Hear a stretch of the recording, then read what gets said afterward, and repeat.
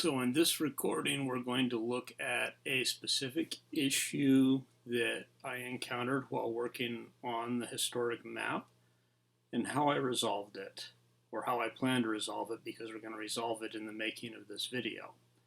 But before I do that, what I want to say is that anybody who is working in Open Historical Map should set up a GitHub account or tie an existing GitHub account to the Open Historical Map project, if for no other reason than for access to the issues page, which is right here, because issues is how we basically submit bug reports and feature requests for Open Historical Map. So this is to see the sort of thing that people want, and so where to see what bugs people have encountered and want to report, and where to report bugs of your own discovery or request features that you think will help. So the mapping problem. A couple of years ago, really my first little OHM project was to enter the map of Seneca Village. Now, Seneca Village was a mostly black community in New York City on Manhattan Island that existed from 1825 until 1857. So that corresponds roughly to the end of slavery in New York State. Free blacks purchasing land on Manhattan Island that was relatively cheap because the area was rural. And then in 1856, with the legislation passed that allowed the creation of Central Park, New York City decided to take a large amount of land and convert it to the park. And it turns out that Seneca Village was squarely in the middle of the land that the city decided to take. And Seneca Village was forgotten for a long time. Recent historical endeavors in archaeology has started to bring the story out, and it started to be remembered. At the time, 1856, it was being dismissed by the wealthy white New Yorkers as a shanty town that deserved to be just gotten rid of for the park, because it's basically majority black, but otherwise it was Irish and German immigrants. So when I entered it, I used this map fragment that I grabbed off of one of the websites, and I didn't really worry too much about the source of the map fragment. And bringing it back up, what we can see is that this is an old map which is overlaid on OpenStreetMap. And there's enough data on the roads to make it fairly easy to align, so I pretty much used this as is. But when I went back and looked at this early project, I discovered that I had never set up a project page in the Open Historical Map wiki, and I had never actually identified the true source of the map, and I had even managed to lose track of what website I snared it off of, which clearly not an acceptable standard. We're trying to hold ourselves to higher standards in OHM. So let's talk about how I figured out the right map, where this came from really, and the problem I encountered once I discovered it. So there is this document I found on the New York Historical Society website, a teacher's guide, and in going through the teacher's guide to the appendices, I discovered that there was in fact a set of maps that were identified as to their location. And this particular map shows the snippet that they had pulled out. This is exactly the same as the one I grabbed off the website. And most importantly, besides turning off Do Not Disturb, because once again I've forgotten to do that, it identifies this as a 1856 map of properties that were to be taken for the construction of Central Park. So knowing the name of the map, finally, I then decided to do the really obvious thing, which is to start browsing the New York Public Library website, which has an excellent set of online maps, and go looking for it. And lo and behold, I found it. Map of the lands included in the Central Park from a topographic survey, June 17, 1856. Also, plan for the improvement of Central Park adapted by the commissioners, June 3rd, 1856. So, this is the map. If we zoom in on the specific location containing Seneca Village, we find it right here, and it matches up. This is, in fact, the original map scanned into the New York Public Library website. And I would have to say that on the whole, the New York State Public Library website is a really excellent place for historical maps. If you've seen the early videos, you will recognize that this is a Mapwarper screen. The New York Public Library has their own installation of Mapwarper, and they have largely geo-located the majority of the maps in their collection. Not all of them, but the majority of them. And most of that is pretty well done, but sometimes issues come up, and an issue came up with this map. One thing I do want to point out is that you can log on to the New York Public Library Mapwarper installation using your GitHub account. So there's a motivation to create one, again, for working with Open Historical Map. Now I am logged on with it, but I don't yet see a reason why I need to do any work on this map in Mapwarper. However, one thing I want to point out to you is this is really two maps, because the top map here is the map of the lands as they were in 1856, which would be taken for Central Park, and the bottom half of the map is the plan that was current in 1856 for how they were going to reshape this land into Central Park. And this kind of arrangement, not impossible to deal with Mapwarper, but it takes some attention to what you're doing. Basically, in order to rectify both of these maps, you're going to end up having to upload it twice, because Mapwarper is only going to let you align one of these maps. So if we click to the Rectify tab, we can see that they rectified the bottom map, the plan, which means that if I want to use the impounded land, the eminent domain lands that were taken by the city for the park, I am going to have to upload this map. And since I have the ability to modify this, but I can't upload it a second time on the New York Public Library site, in order to get the top map, which I need for Seneca Village, what I'm going to do is upload it over again to Mapwarper, the Tim Waters edition. And the way you do that, if you come over here, is you'll see that in the Export tab, Download Original Unwarped TIFF, you just grab that, convert it to a JPEG, and then cruise over to Tim's site, and we'll do that in a moment. But before we do that, we go back and we see a rectification, and it's pretty okay. But then when we go to preview, we're going to be startled. And the reason we're going to be startled is because the map is way over here instead of overlaid on Central Park. So what is going on? Well, that turns out to be easy to figure out. The bottom part of the map, the plan, is what's been geo-rectified. And then when somebody wants to crop this image, they crop the top half. So we go back to preview, and we see that they crop the one section instead of the part that is directly overlaid, which is an obvious error, and I don't really know how that mistake managed to leak in. But because we have a login, we should be able to help with this problem, because we can delete the crop, really delete this, yes. And now we can zoom in 2 steps. The crop I didn't like very much anyway, so let's take a look at this. Since we have the streets in the plan projecting out of the park, the crop really should include those because those will help us with any.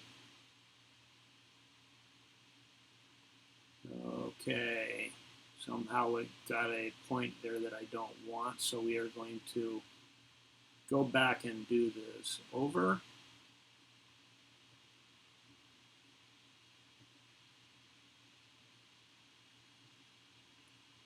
And there is a crop in the correct portion of the map.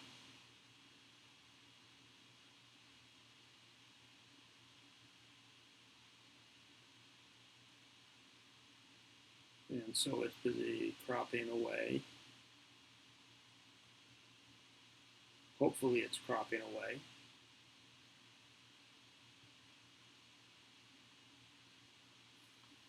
So we're just going to have to watch that wheel spin until it decides it's done.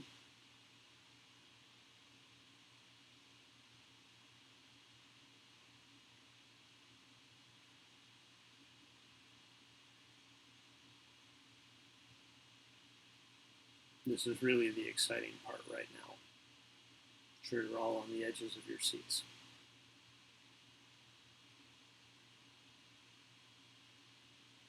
It's a good thing I already uploaded the map to Tim Waters' Mapwarper.net site because the upload is even slower.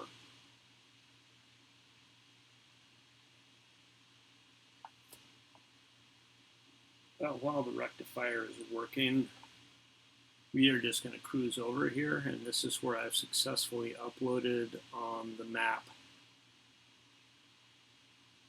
on Tim Waters' site so that we can geo-rectify the top section.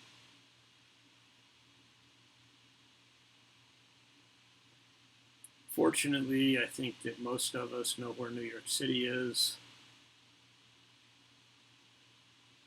We should be able to manage this okay. And despite the fact that we have not done the 90-degree rotation, it should not be too big a challenge to match up the corners of Central Park.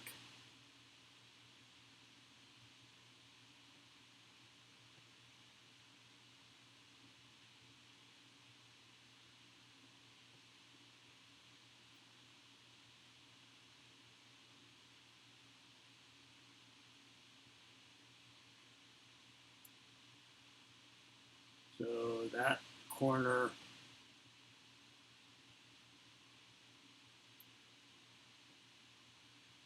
is this corner, and those tiles are going slow, so while that's going slow, we'll go back and we see that the crop is completed. So let's go back to preview, and now, lo and behold,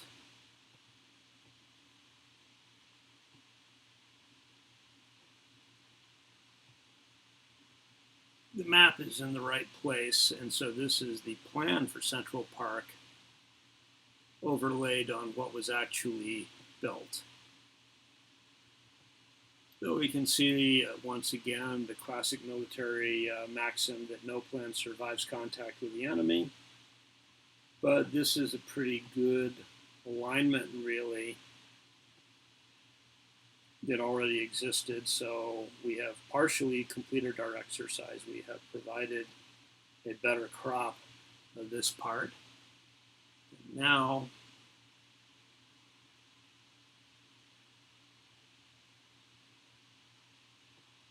(105, 106). So 8th Avenue, 105, 106. So what we see here is that they ended up running the park a little bit farther north, but we need to match up these points precisely. So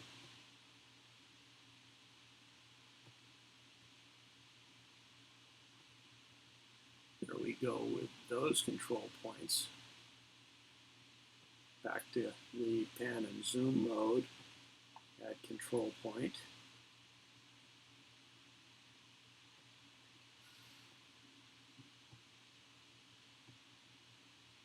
Okay, so on the opposite side of the park, We're going to have 5th Avenue and 106th.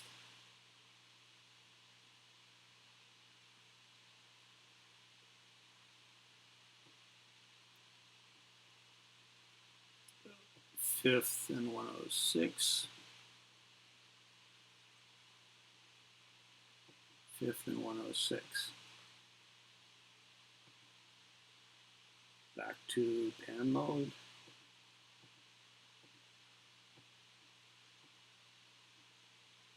In a sense, what we really care about is the alignment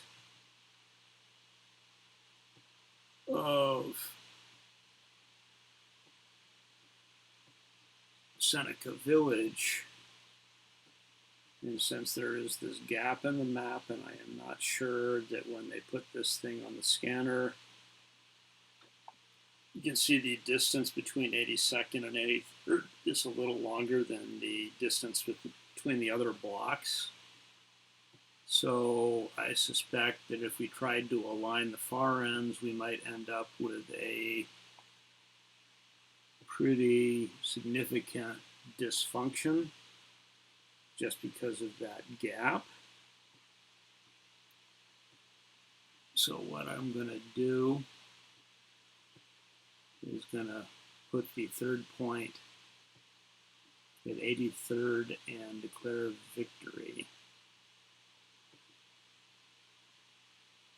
because that is going to capture the areas that are of most interest to this exercise. So back to pan mode, 4th image.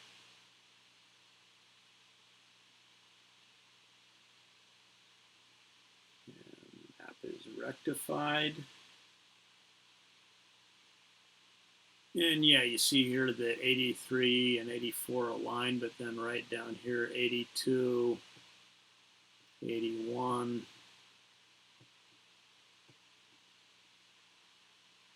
77th go off, and that is probably because of that hiccup in the so now let's go over to crop. Since it's aligned, we can crop, whereas we crop the bottom one over on the New York Public Library site. We're going to crop the top one here.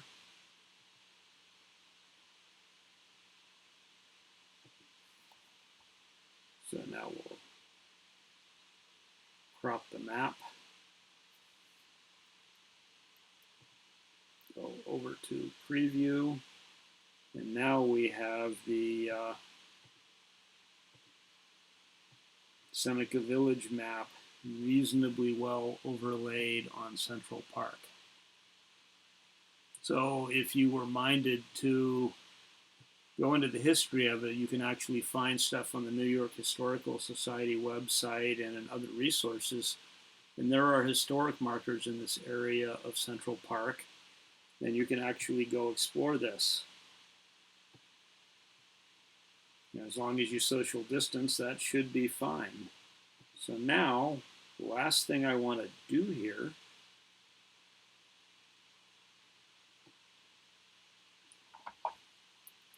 is I am going to grab those tiles.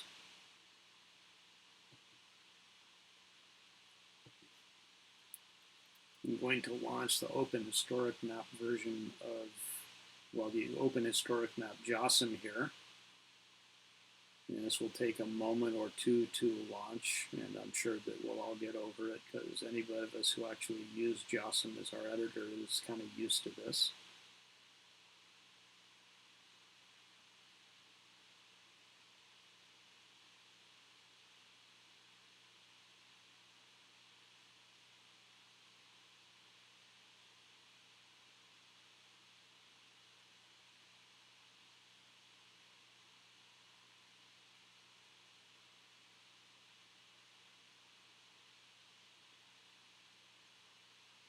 And yes, I should update, but you know what?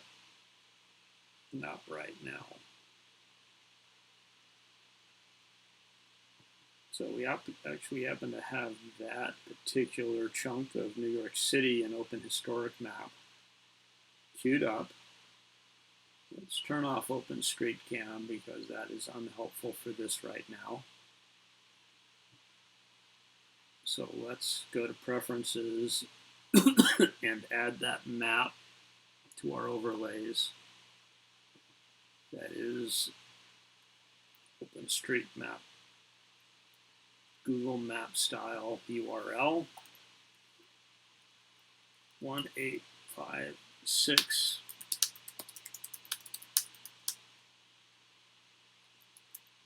1856 Central Park Survey. And we'll say existing land because that is in fact a part that we're grabbing off of that website, is the part that was to be taken by the city for this project. So what do we see? Well, we see that I had aligned that fragment pretty accurately, and this could maybe use some touch up. But it's not bad. Nobody is going to freak out if they see this and say, oh, it's terrible, it's terrible. But also we are now equipped to potentially map more of the land that became Central Park, although we'll probably need to upload it again and do the bottom half separately because of that gap from 83 to 82.